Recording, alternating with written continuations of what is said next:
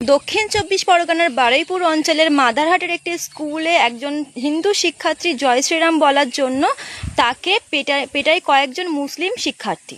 এই ভিডিওটা ভাইরাল হয়। এই ভিডিওটা দেখে মুসলিম যারা আছে তাদের উপরে অনেকের রাগ হয়েছে, আর হওয়াটা স্বাভাবিক।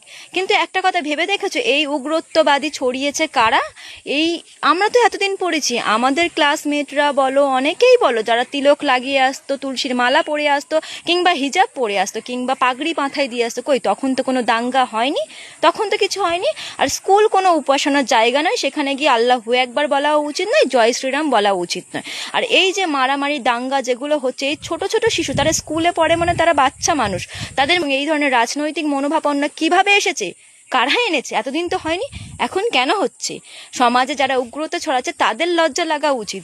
বলছে এদের শাস্তির ব্যবস্থা করে। আরে ভাই, এরা তো সমাজটাকে ক্ষতি করে তোরাই দিচ্ছিস। আগে নিজেরা শুধরা, তারপর বাচ্চাদের বিরুদ্ধে কথা বলবি। আর সমস্ত পরিবারের কাছে একটাই অনুরোধ, আপনার সন্তানদেরকে শেখাবেন স্কুলটা উপাসনার জায়গা নয়। আর স্কুলে যদি কেউ উপাসনা করে তাহলে ঠিক আছে, শিক্ষকরা বোঝাবেন, নিজেরা নিজেদের হাতে দায়িত্ব তুলে নিয়ে কাউকে গালাগালি দিয়ে পেটাবেন বা ধর্মীয় আঘাত করবেন না। এটা হচ্ছে এক ধরনের শিক্ষা। এই শিক্ষাগুলো পরিবার থেকে শেখাবেন, কারণ স্কুলে এখন আর কিছু শেখানো হয় না।